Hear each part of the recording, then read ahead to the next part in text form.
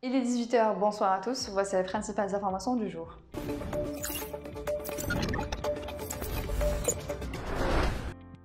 Le ministre de l'Énergie et des Mines, Mohamed Al-Qab, a pris part lundi par visioconférence à la réunion de haut niveau de la Commission africaine de l'énergie, au cours de laquelle il a souligné l'attention particulière accordée par l'Algérie à la concrétisation du projet de gazoduc transsaharien reliant le gaz naturel nigérian à l'Europe via le réseau de gazoducs algérien. Selon Al-Qab, ce projet de gazoduc devrait permettre le renforcement des relations de l'Algérie avec le Nigeria et le Niger et que ces pays bénéficieront des avantages sociaux et économiques résultant de ce projet. Dans ce contexte, Al-Qab a souligné également que l'Algérie est disposée à répondre aux préoccupations de ses partenaires africains dans le sens de la sécurité de leur approvisionnement et la garantie de nos intérêts économiques et industriels. Le journaliste Rabah Karesh a quitté la prison de Tamanrasset ce mardi. Après avoir purgé sa peine, il a été condamné en appel lundi 11 octobre à 1 an de prison dont 6 mois fermes par la cour de Tamanrasset. Placé sous mandat de dépôt le 19 avril 2021, le correspondant du quotidien Liberté était poursuivi pour administration d'un compte électronique consacré à la diffusion d'informations susceptibles de provoquer la ségrégation et la haine dans la société, diffusion volontaire de fausses informations susceptibles d'attenter à l'ordre public et usage de divers moyens pour porter atteinte à la sûreté et à l'unité nationale. Le ministère des Transports a annoncé hier lundi la reprise des vols réguliers à destination du Canada et le renforcement du programme des dessertes vers la Tunisie, et ce dans le cadre des efforts du gouvernement visant à renforcer le programme des vols assuré par la compagnie nationale aérienne Air Algérie. Selon un communiqué rendu public par le ministère, les dessertes Alger-Montréal-Alger seront à raison de 3 vols par semaine, alors que le nombre de vols Alger-Tunis-Alger sera augmenté à 2 par semaine pour atteindre le nombre de 3 vols hebdomadaires. Pour la Tunisie, le programme des dessertes sera appliqué le dimanche 24 octobre courant, tandis que les vols à destination de Canada seront à partir du 26 octobre, portant le nombre de vols internationaux hebdomadaires de 44 à 49, ajoute la même source.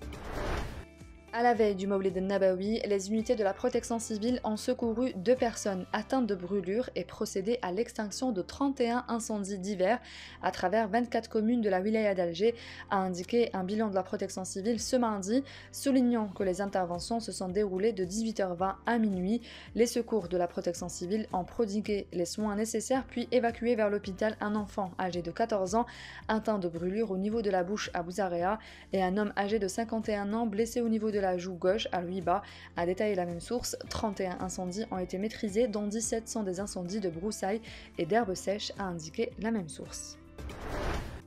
Le professeur Riyad Mahyaoui, membre du comité scientifique de suivi de l'évolution de la pandémie de Covid-19, a déclaré lundi que l'instance est favorable au retour des supporters dans les stades à condition d'être vaccinés. Le comité scientifique n'est pas contre l'idée de la réouverture des enceintes sportives aux supporters, d'autant que nous traversons une situation épidémiologique assez clémente. Seulement, nous devons rester vigilants et en même temps inciter la population à aller se faire vacciner, car nous n'avons pas encore atteint l'immunité collective, a déclaré à la le professeur Mahyaoui. Il a tenu à préciser qu'aucune décision officielle n'a encore été prise dans ce sens, il n'y a rien encore d'officiel, je pense que la semaine prochaine il y aura du nouveau, les recommandations du comité scientifique seront prises en considération. Le professeur Mahyaoui a insisté sur l'importance de la vaccination pour pouvoir entrer dans un stade. Ce sera difficile de faire respecter la distanciation sociale dans une enceinte sportive, donc la vaccination est la seule solution pour un retour à la normale dans nos stades, a-t-il conclu.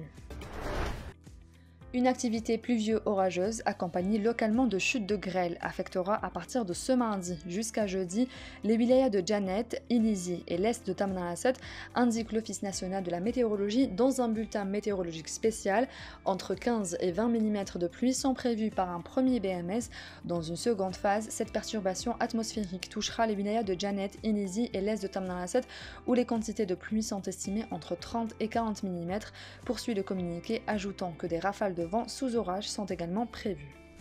C'est la fin de ce journal, merci de l'avoir suivi, on se retrouve demain à la même heure sur nos réseaux sociaux.